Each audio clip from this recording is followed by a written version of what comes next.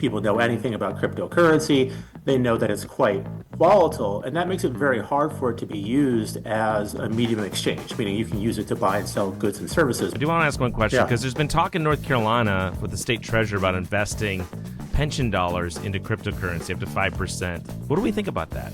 Diversification into different kinds of assets is a smart thing to do. I think it's just an awful idea. I really do. I mean, Welcome on in to Tying It Together with Tim Boyum. I am Tim Boyum, here with John McHugh, as always, producer. John, if I said cryptocurrency to you, what do you think? Bitcoin. Bitcoin? And beyond that, it's just a fog. Yeah. I know nothing. I have to admit, this episode is a little bit of like crypto for dummies. Which I needed it. Yeah. Boy, these guys are smart. Yeah. So crypto's been in the news a ton. Congress just passed a bill. If you read about investments or whatever, Bitcoin, you hear about things nonstop. But I think a lot of us, John, I don't think I'm wrong, I think a good chunk of America probably has heard about it but doesn't really know even what it is. Yeah. I mean, it's such a nebulous idea on the surface level where, if you don't, it's not something that the more you hear about it, the more you're going to understand it. You really need to look into it to understand it. And I don't know if there's two better people to explain it than the people. But I'll tell you what, I still walk away with so many questions about it, even after hearing them talk about it so well. All right, so here's who's joining us, and I'm going to try to make sure I get this right because they got fancy titles too. Jimmy Lenz is a Duke University director of the Master of Engineering in Financial Technology and Master of Engineering in Cybersecurity at Duke University.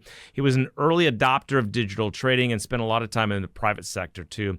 Lee Reiner is a lecturing fellow at Duke University and Duke Law. He's known for his analysis on cryptocurrency regulation. They have both testified before Congress on this very issue. He's got a long industry background in the financial industry as well. They also co-host their own podcast called Coffee and Crypto with Lee and Jimmy. And John, I think you'll know why they own their own podcast and do it, because they're really great together. Yeah, they're great together, and they can explain things really well in sometimes pretty complicated, but you'll see other times it makes sense where stuff that didn't make sense before does now. Yeah, it sort of opens up the mind a little bit to the idea of it. And they disagree a lot, and they're fun about it. So let's get right to Jimmy and Lee.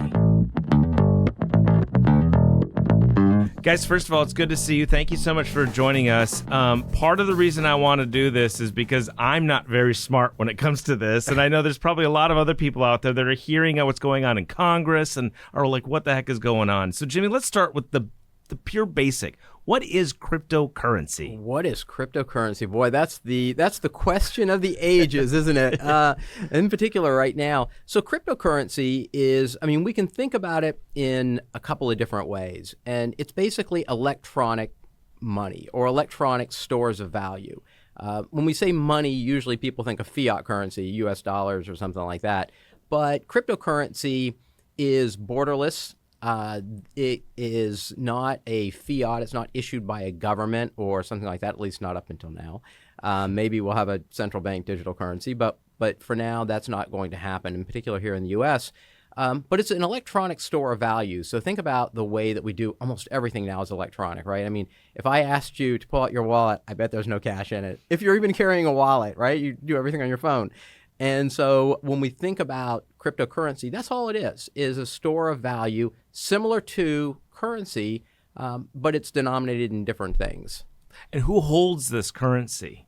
Who holds the currency? Well, you mean who is the currency issued by? Yeah. So it can be issued by all kinds of different entities. My students actually make a cryptocurrency. They make a store of value on the Ethereum blockchain as part of their course. So it's very, very simple to do. But recently we're hearing about stable coins and things like that. And those are being issued by large companies for the most part. And those are backed by other kinds of assets. And so we're seeing different sorts of entities issue these. And for the most part, they're larger companies that can, for lack of a better term, be categorized as a financial services company. And so, Lee, how has this evolved over time? And and just like AI, are things exponentially changing? Well, things are changing quickly. I wouldn't go so far as to say exponentially. I mean, I think, with AI, it's the sort of the underlying technology, the models, the computing power involved. That's what's really growing. I think when you look at the growth in the crypto industry, it's primarily amongst users. So people who are investing are using cryptocurrency for various reasons. And I think more recently you've seen the growth on the issuer side. So the number of different entities who are issuing some form of cryptocurrency. I mean, Jimmy and I have our own podcast every week. Shameless plug here, Coffee and Crypto, with Lee and Jimmy. And for the past year or so, every week we're talking about a new company who plans on issuing a stable coin. And stable coins are a form of cryptocurrency that are designed to maintain a stable peg to the US dollar. Typically, that's one for one. So that's where you're really seeing the growth. But I mean, the growth in crypto is not necessarily coming from the technology side. So, Jimmy, so we already talked about several things: stablecoin, there's Bitcoin, all these other things, and these issuers. But it's not really. Is that like having all these different foreign currencies? I would say when we're talking about stable coins in particular, I would analogize them to money market funds. Because they look a lot like money market funds. They're invested in very, very similar assets. As Lee said, they're pegged to the dollar like a money market fund. And so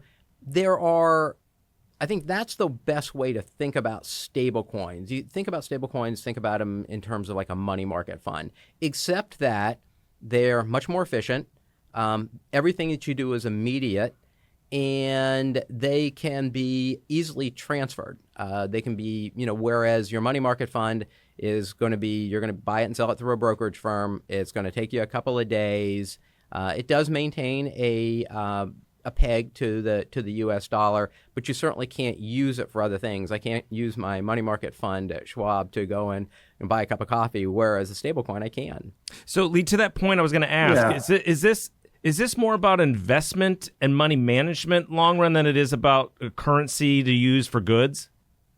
Well, I think you have to kind of bifurcate the crypto market across sort of unbacked cryptocurrencies. So if you think of like the original cryptocurrency, which is like Bitcoin, I think that's what most people think of. And you separate that from the stable coins, as Jimmy has just alluded to, because stable coins were really designed to kind of counteract Bitcoin and other cryptocurrencies like it fundamental weakness, which is its volatility. I mean, I think to the extent, people know anything about cryptocurrency, they know that it's quite volatile, and that makes it very hard for it to be used as a medium of exchange, meaning you can use it to buy and sell goods and services because, if you were a merchant, why would you accept payment in something that could go down, 10% in a day because of a Elon Musk tweet or something like that, right? So, out of that emerged stable coins, which, have all the technical properties or most of the technical properties of cryptocurrencies like Bitcoin or Ether, but have that stabilization mechanism, meaning they hold a basket of traditional assets in reserve to maintain that one-for-one peg. So, those are clearly, as I said, designed to be used for payments, meaning stable coins.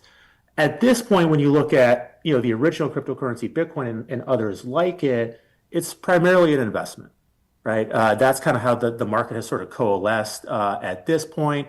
There's been all sorts of products that have been developed to allow investors access to the economics of Bitcoin without having to actually hold their own Bitcoin. And it's a bit complicated, but kind of back to your original question, Tim, like what is this stuff?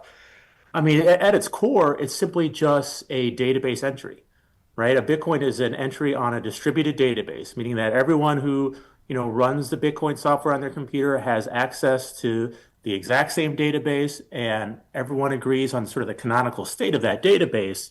And it's kind of, sort of anodyne as that sounds, it's actually an incredible technological achievement because prior to like Bitcoin, you couldn't achieve digital scarcity. Meaning I could send you a spreadsheet and I could tell you, look, this is the only copy of the spreadsheet in the known universe, right? But you have no way to verify if that's true. Technologically speaking, I could clearly, copy that spreadsheet, send it to other people. So therefore, it wouldn't be a very good, investment or medium of exchange, right? Because you couldn't, verify that it was sort of the only one. Bitcoin and its creator, Satoshi Nakamoto, who we still don't know who he, she, they are, sort of combine existing technologies with incentive mechanisms to sort of kick out all the intermediaries and allow everyone to agree on the canonical state of this database, which prevents what they call the double spend problem, meaning that you can't spend, a cryptocurrency that you don't have, or you can't spend the same cryptocurrency twice, right? So that's really the innovation there. Now, Satoshi, if you go back and read his white paper from Halloween 2008, which is sort of what launched this whole cryptocurrency era, he clearly envisioned Bitcoin as a payment mechanism. He talked a lot about that. He talked about, there's a lot of problems with our existing payments infrastructure. Mainly, we have to rely on trusted intermediaries, third parties to sort of verify everything. And that comes with a cost, right? I mean, these third parties are not just, intermediating these transactions out of the goodness of their heart, right? They're extracting fees. And so that was his vision. But as I said, it just became far too volatile to be used as a payment mechanism. And so now essentially it's just an investment. And Jimmy and I have differences of opinion on the quality of that investment. Look, my point is that it has no fundamental value. It doesn't come with any, cash flows. It doesn't come with any economic rights. And so in essence, it's valuable because people who hold it think that they can sell it to someone else at a higher price in the future. And I just don't think that's sustainable long term. But obviously, many people in the crypto industry disagree with me. I disagree vehemently with him, which is what we talk about on our podcast all the time. The one thing that Lee didn't bring up is the programmability of a lot of the cryptocurrencies. So cryptocurrencies were $1 is $1. I can give you $1, but you can't really. I can't say, okay, I'm going to give you part of this dollar now and part of this dollar when something is achieved, right? It won't happen automatically. You have to trust that I'll do that. Whereas in cryptocurrency, there is a feature of programmability where you can basically say, hey, if this certain event takes place, you will automatically get paid. That and we can't go in and alter that. It's set when we agree on this, when we both kind of sign off on it. The contract, smart contracts you hear about, that's what these smart contracts are. And so those kinds of features that are built in, I think, are a big differentiator too. Different cryptocurrencies have different functions and they allow for different things. And that's part of the value that is implicit in different cryptocurrencies, this ability to program in different ways. And then as you start doing more of that, you have to look at the chain or the network that these cryptocurrencies live on. Cryptocurrencies typically are not portable. You can't take them from one chain to another chain to another chain. They have a certain native chain that they use. And so when you pay a fee, when you use that network, you do have to pay a small fee usually, and that fee is going to be in the currency of the realm. And so that's where some of the value is derived, the fact that if I want to do a certain kind of transaction, I have to do it in this currency. And I'm probably mining, and there are economics around the mining of different kinds of cryptocurrencies that also kind of imbue this value. How does it increase in value? Because if it's an investment, right? It is an investment.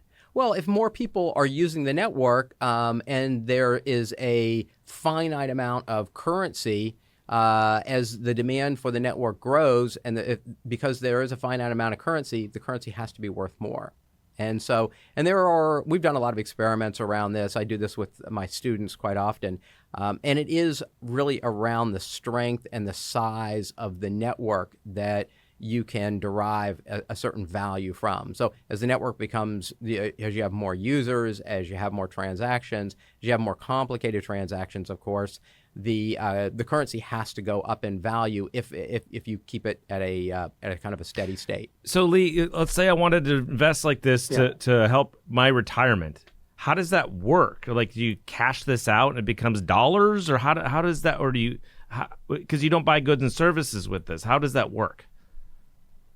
Well, yeah, I mean, essentially at the end of the day, I mean, unless, in the future when we all retire, sort of we're paying for goods and services in crypto, which I think is highly unlikely. I mean, you're going to have to cash out. And frankly, that's not, really hard. I mean, there are a number of cryptocurrency exchanges where you can, buy and sell various cryptocurrencies with US dollars.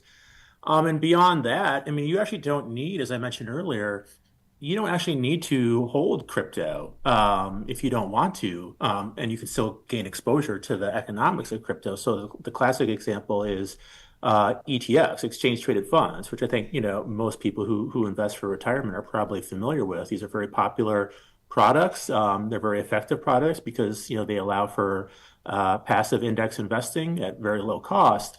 And so now we've seen, the emergence of a number of different cryptocurrency ETFs, starting with the Bitcoin ETF, and BlackRock, which is a very well-known name in the world of finance, the largest ETF issuer in the world, or sponsor in the world.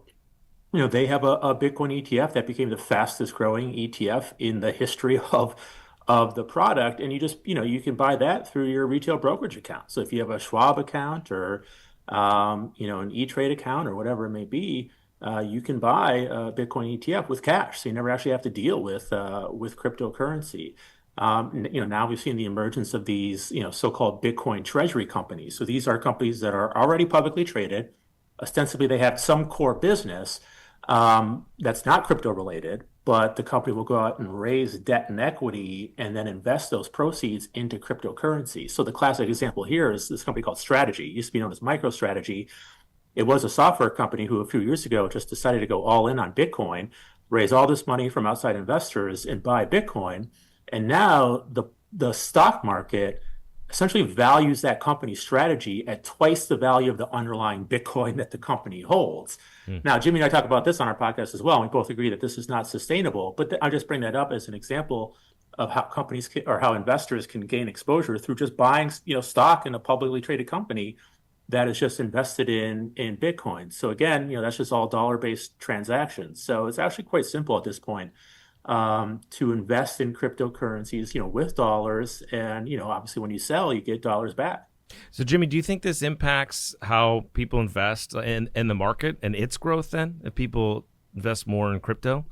Absolutely, we're seeing that. I mean, as Lee mentioned, when the ETF came out, when the Bitcoin ETF came out, it just exploded. And there were, by the way, 10 firms that were approved on the same day to issue these ETFs. So the fact that all 10 are still out there, they haven't merged or anything like that, gives you an idea of how much interest there is.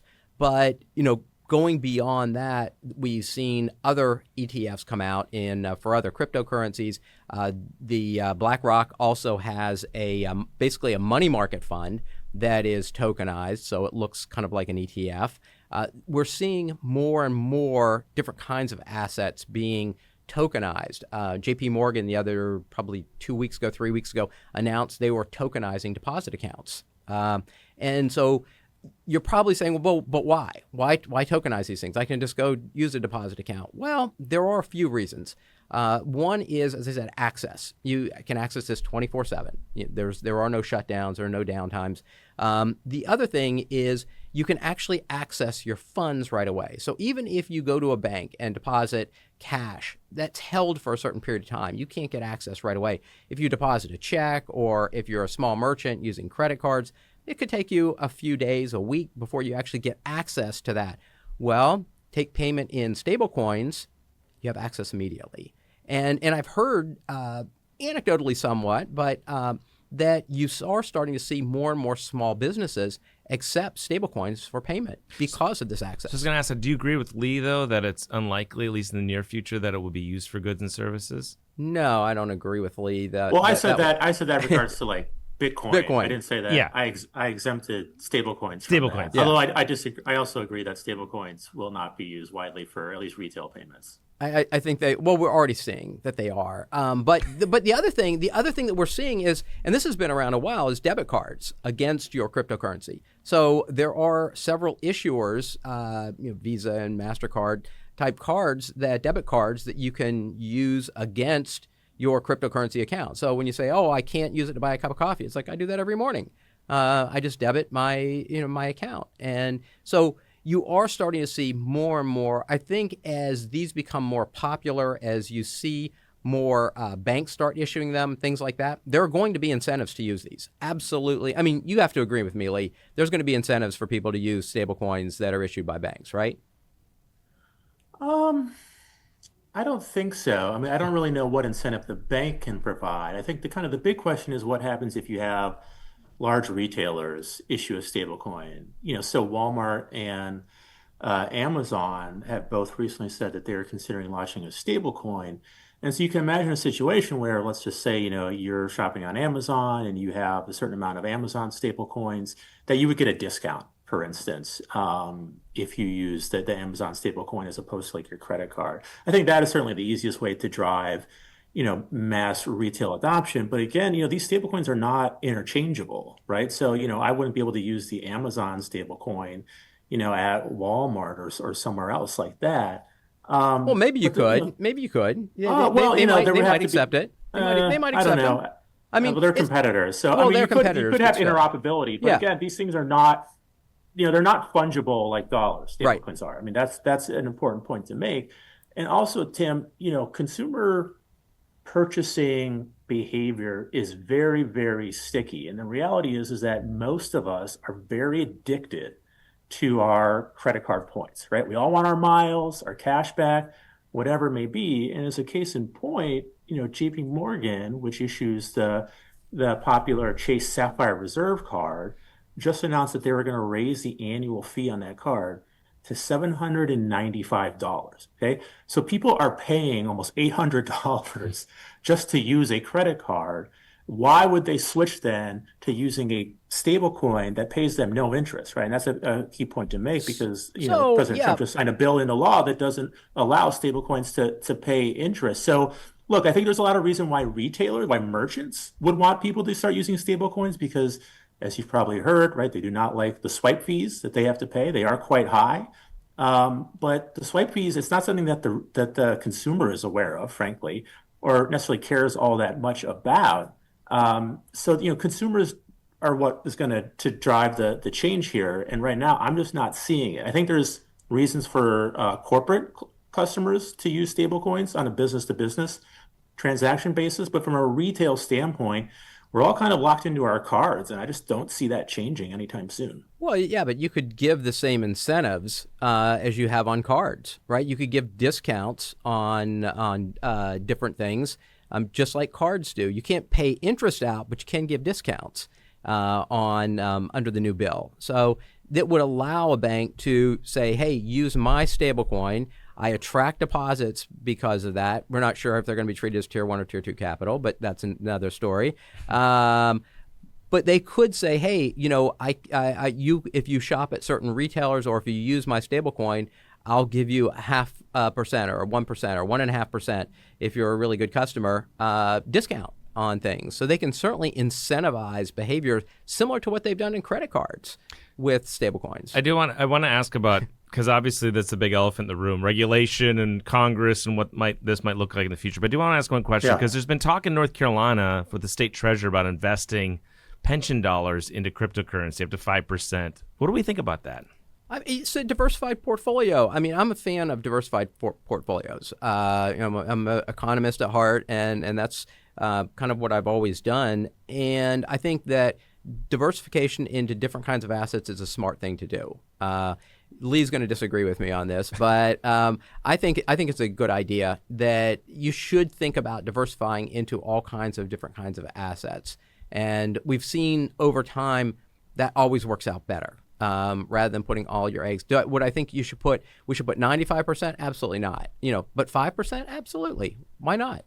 Lee? Well, as Jimmy and I always say, nothing we say should be construed as investment advice. So with that caveat aside, I think it's just an awful idea. I really do. I mean, how would people feel if the treasurer said we should, invest 10% of pension assets in Powerball tickets, right? I mean, it's just absurd that you would put teachers, firefighters, police officers, retirement savings at risk like this. Now, if people want to invest in crypto on their own, go ahead. If you're willing and able to take some risk and suffer the potential losses, then by all means, go for it. But I think, look, a lot of these pension funds, of course, are underfunded or have unfunded mandates, and I think there's a desire to kind of reach for yield, as they say, right? To kind of take big bets to close that gap. I just think it's a horrible idea, and it just like I said, risk retirement savings for too many people. So. Look, it's a legitimate asset in the sense that it's been around for a long time. Obviously as I said, it's been volatile, but it's, recently all-time highs. So I'm not saying, people shouldn't do it. But I think it's just too much risk to be in pension portfolios. Part of the reason I want to bring you guys on is because it's coming up more and more. Congress just dealt with something on this. So from a regulatory perspective, and we can bring up what just happened in Congress, where are we on this? Where are we on this? Well, we have a Congress that is moving, and it should be noted that this had more bipartisan support than I'm guessing any major bill in the last decade. So it's not like there were a handful of people that crossed the aisle. There were over 100 Democrats that voted for this, which I think is very notable. So you're seeing both sides of the aisle saying, yeah, we need to move forward. I really applaud the House Financial Services Committee and the Senate for moving this ahead. It's moved fairly quickly, but there's still more on the horizon. There is more coming, but they are moving ahead. And so I think even though I'm not a huge fan of regulation, I am a fan of, if you're going to do something, do it with rules that are written rather than by enforcement like the last SEC administration that we saw. I mean, I think that puts it a very fair playing field. And hey, we're already seeing the results of it. Lee and I both have testified in front of Congress on this subject, sometimes not directly, but indirectly. And I mentioned when I was there that, one thing that we don't want to do is stifle innovation. Americans are known for being just incredibly innovative, but also risk takers. That's what we do. And we're really good at it. And the last thing we want to do is to temper that in any way. One of the really cool things that I think that we're seeing is, even while this was still being talked about, but we saw it was on the horizon, it was going to pass in some form or another, you had different companies, financial services companies, lining up to say, hey, we're going to launch this. If this comes to pass, we are moving ahead. We are going to do some new things here. I think that's huge. I think that's what we are. That's who Americans are. And so I see that, people are looking towards the regulators for some direction. Now that direction is being given, we're seeing what's happened on the innovation front. So Lee, Tim, just to add some context to that, I mean, the crypto industry has long wanted essentially two things out of Congress, and they've recently made some significant momentum in that regard. The first was they wanted a bill that would create a regulatory framework for stablecoins at the federal level. So previously, in essence, regulation and licensing of stablecoin issuers was done at the state level, and obviously, states have different rules and regulations, and so President Trump recently did sign a federal stablecoin bill into law. The second thing the industry has wanted for a very long time is what they call a market structure bill, and this was a bill that would solve kind of the decade plus dispute in terms of what is cryptocurrency, right? Is it a security that should be regulated by the Securities and Exchange Commission, or is it a commodity? And we have a commodity derivatives regulator in the Commodity Futures Trading Commission, but they don't regulate what we call spot markets, meaning people just buying and selling a commodity, for cash. And then along with that, kind of how do you regulate the secondary trading of cryptocurrencies? And so the same week that the House passed and the president signed into law a stablecoin bill, the full House passed a market structure bill that would clarify that the Commodity Futures Trading Commission will be the spot market overseer for cryptocurrency. That has now been sent over to the Senate, and the Senate Banking Committee is looking at that. They'll probably make some tweaks to it. Actually, they've already made some tweaks to it. And I think sort of the timeline on that is hopefully to get it to the president's desk by the end of September. So those are the two big things that just happened on Capitol Hill. Now, look, Jimmy and I have, again, differences of opinion on this. It's true, it was bipartisan. The stablecoin bill in the House had over 100 Democrats vote for it. The market structure bill had like 78 Democrats. And I think the question is, well, why? What makes it so bipartisan? And I would proffer that it is the industry's prolific financing of elections and candidates. I mean, the crypto industry spent over $130 million on various congressional races in the 2024 election cycle. That made them the largest spender by far. They outspent, oil and gas, pharmaceutical, banks, and they were quite successful. Most of the candidates they supported did end up winning their election. So now it's their turn to kind of reap that investment, and they're doing that. So frankly, in my opinion, the crypto industry has sort of bought and paid for our Congress, and they're getting the desired results. I think that's going that's a bridge too far. I don't think it's quite like that. I would compliment though Congressman French Hill, and Senator Tim Scott. I mean, they have been very involved. Congressman ex-Congressman Patrick McHenry before Congressman French Hill. I mean, both of them they took great pains to learn a lot. I mean, you talk to a lot of politicians, and they know a little bit, but these gentlemen really spent a lot of time learning about the industry, learning about the intricacies of different cryptocurrencies, structures, things like that. I mean, Lee, you and I get to talk to a lot of politicians, and you have to admit, they really have done their homework. In pushing this forward, it wasn't simply something that was, I'm going to parrot something the industry told me. If you talk to them, they can talk in great detail about, the intricacies of cryptocurrencies and things like that. So I really applaud them. I think it goes way beyond the fact that were there huge lobbying efforts? Yes, of course, there were huge lobbying efforts. I think it goes beyond that, though. I think people have done their homework. They've listened to their constituents. I mean, this is a fast-growing asset class. I mean, think how fast it's grown in popularity around not just the U.S., but globally. And so I think that they were reflecting what they're hearing from their constituents. All right, we got a few minutes left. I want to ask you one last question. 10 years from now, or 5 years from now, whatever, what do you think does this look like? And what do you tell people that fear that volatility or hear stories of people losing out on stuff? What do you think? Lee, we'll start with you. Yeah, I mean, it's a good question, Tim, and I'll caveat my answer by saying that, no matter how I respond, I will probably be wrong, because this crypto industry has evolved in a way that I think no one has predicted. So, I mean, I think no one has a crystal ball here.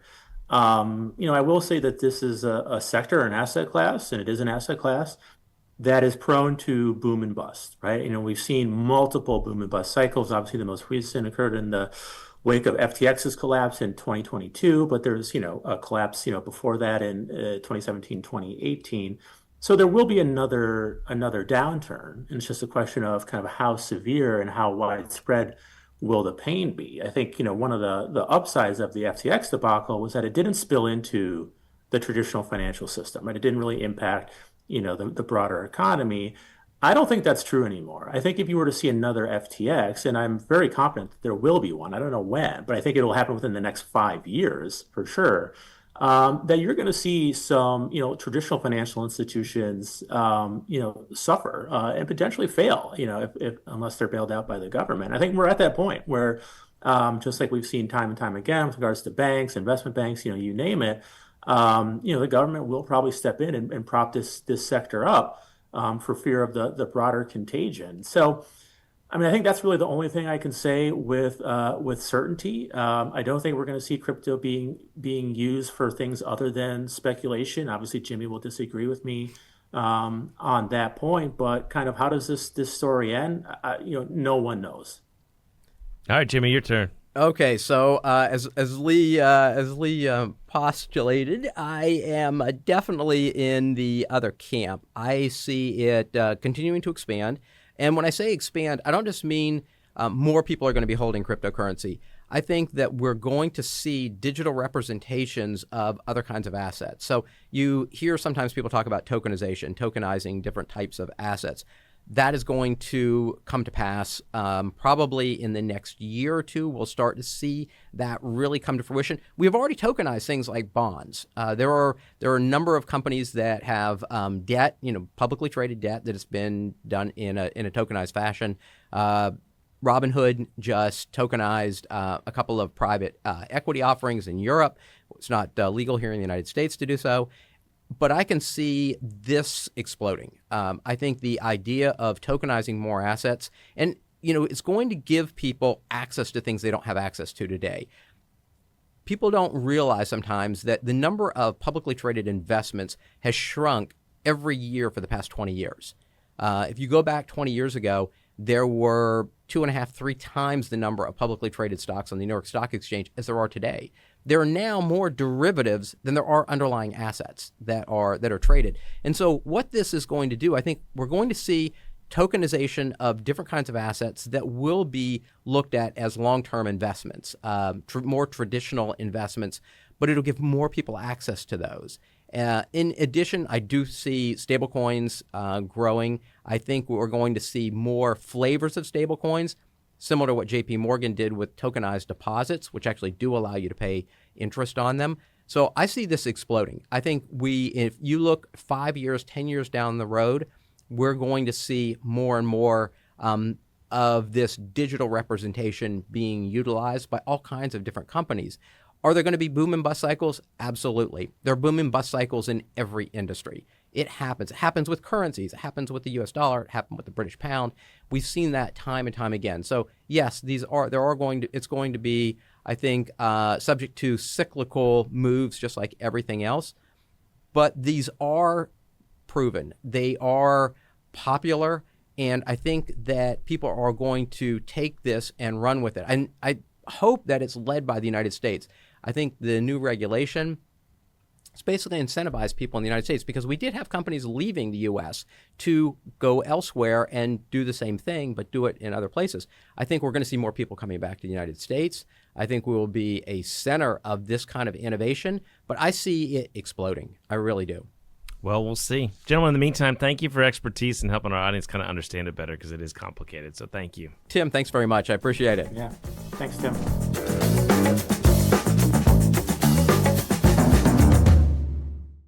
If you want to keep up with what's happening in North Carolina politics and hear more conversations with people shaping our state and beyond, subscribe to our channel. Let Spectrum News be your resource for balanced, in-depth political coverage, elections, and issues that matter to you.